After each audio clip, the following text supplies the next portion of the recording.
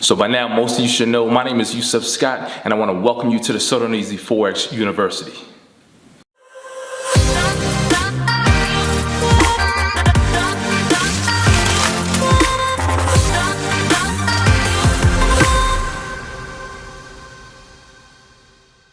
All right, so by now, most of you should know, listen, I'm Yusef Scott.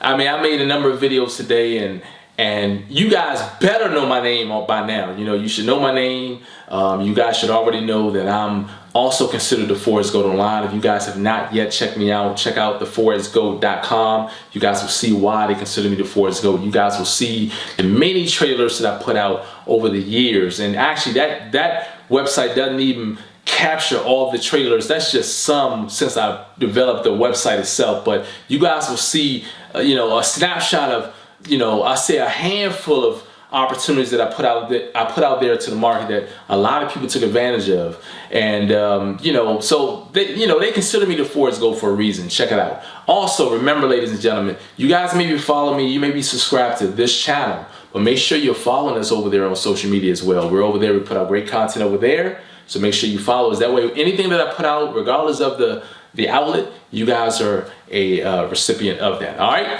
So listen, I want to share something with you guys. All right. I had someone message me, a student message me.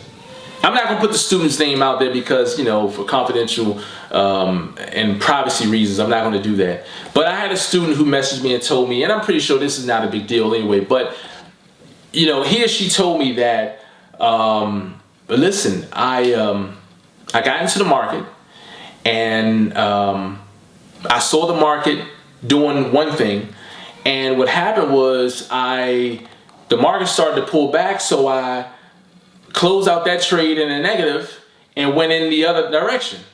And then I noticed that market started to go down, and then it turned around on me, so I closed that trade out in a negative. And then he or she did this a number of times within a short period of time until their account was blown. Let me tell you guys something. I used to do that. I think I told you, I know I told you guys that I used to chase candles. That's all I used to do is chase candles. I would make some, I would lose some, make some, lose some. But just like this person, I was getting wiped out. All right? And it took a while for me to realize that's not the way you do it. Yeah, you may have a good run. You may catch a couple candles going up or a couple candles going down. You may have a good run, but before long, it's going to catch up with you.